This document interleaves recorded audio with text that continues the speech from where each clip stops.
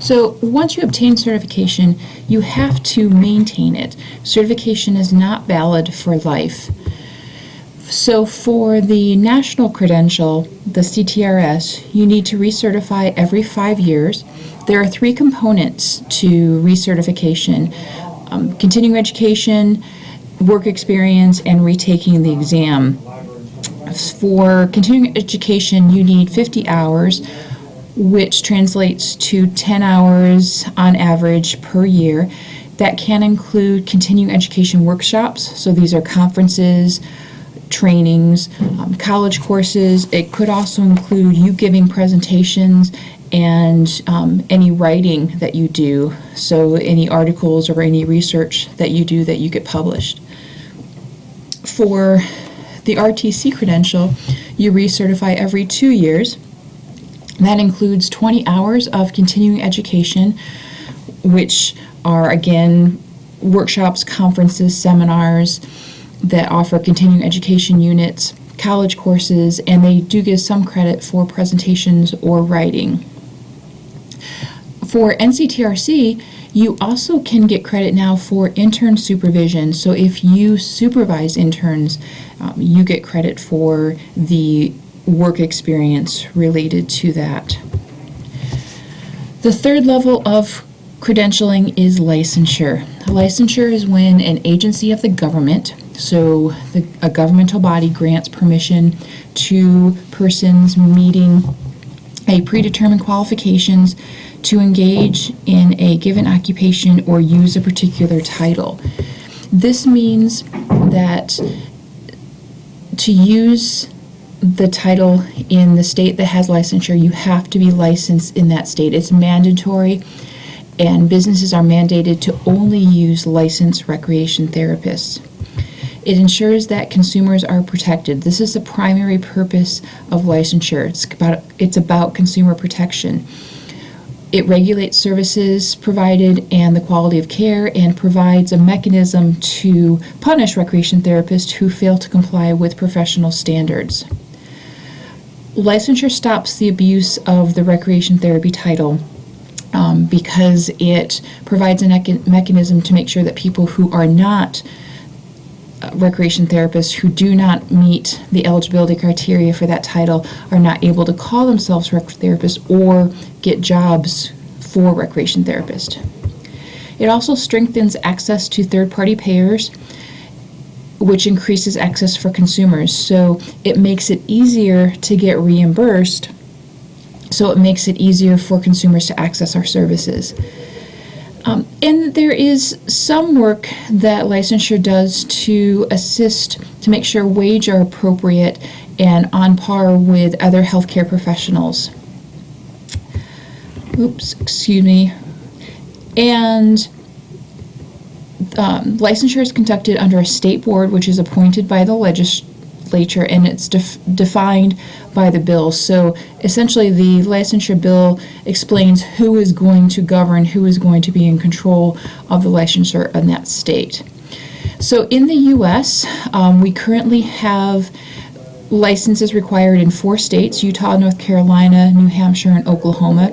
There are about 10 other states that are actively in the process of gaining licensure, including California, and there's about 15 or more other states in development. So every state in the U.S. is in some way working on the process of licensure.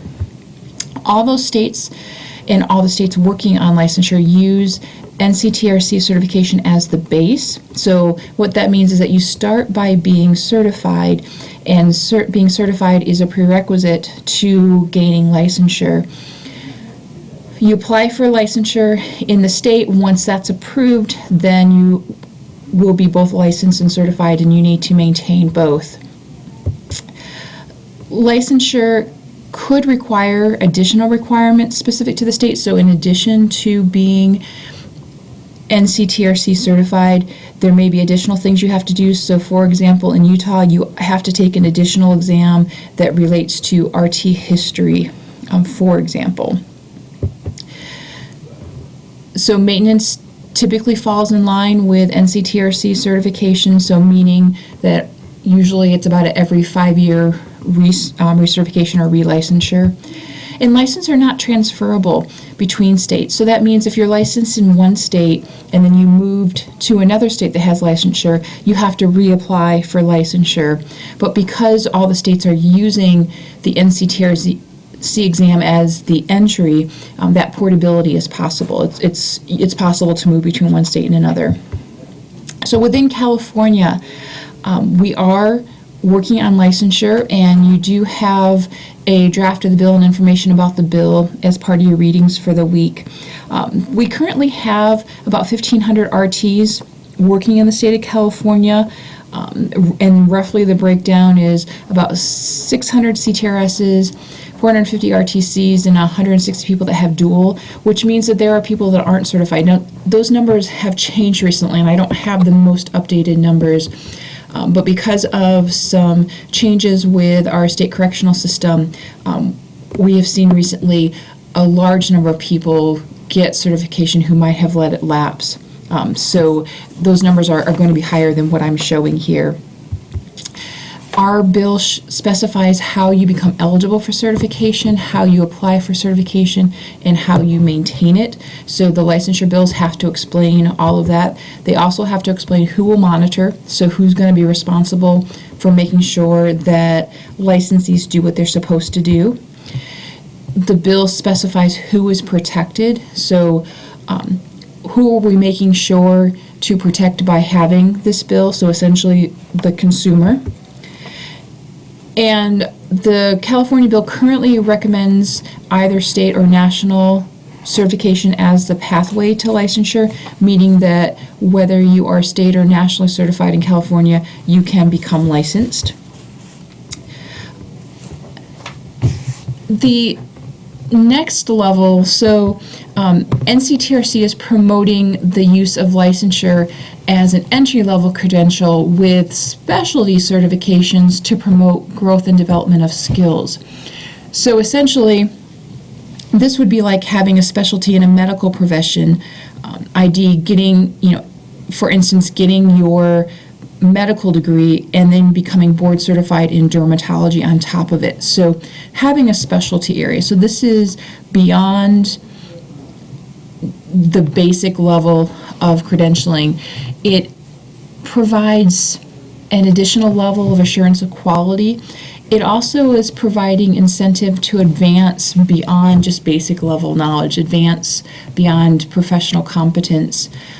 And there is also potential to improve the level of continuing education offered if people need to get specific education related to these specialty areas.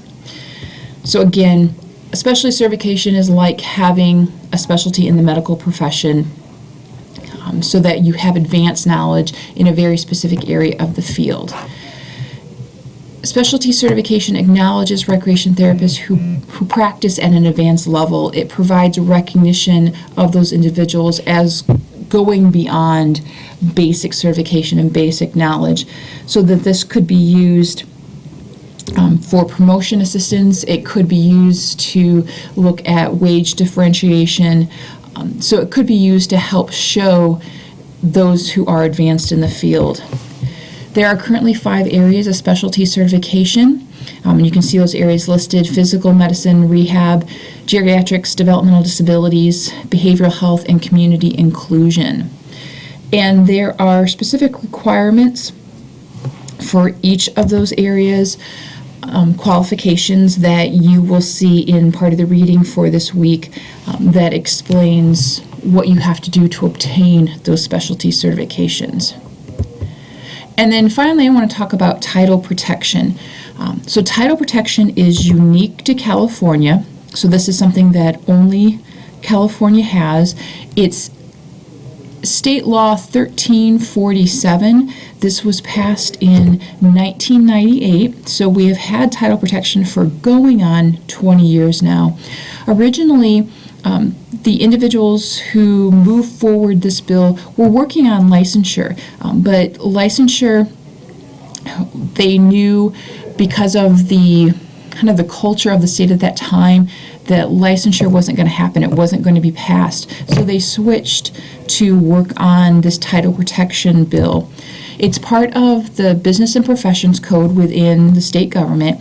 Essentially, you cannot call yourself a recreation therapist or say you perform recreation therapy unless you are certified or eligible for certification, meaning you have completed all of the coursework and all of the requirements. So if someone is not eligible, has not completed all of those requirements, they cannot perform recreation therapy duties. They cannot be called a recreation therapist or a therapeutic recreation specialist or any of the credentials related to recreation therapy or therapeutic recreation. So if somebody does, then it's a civil action. So that means if I see somebody get hired as a recreation therapist and they are not a certified recreation therapist, then I can sue them or their agency, and because it's a civil action, I can do it individually, or I can go to the CPRS-RT section and let them know about the violation, and they will sue that individual. They're going to first talk to them, because the whole point of this is education. We want people to be hiring qualified individuals. We want them to understand the differences between a recreation therapist and somebody who is not a recreation therapist. But if they won't comply, then it is a civil action. The penalty is $1,500 for a first offense and $2,500 for any subsequent offenses.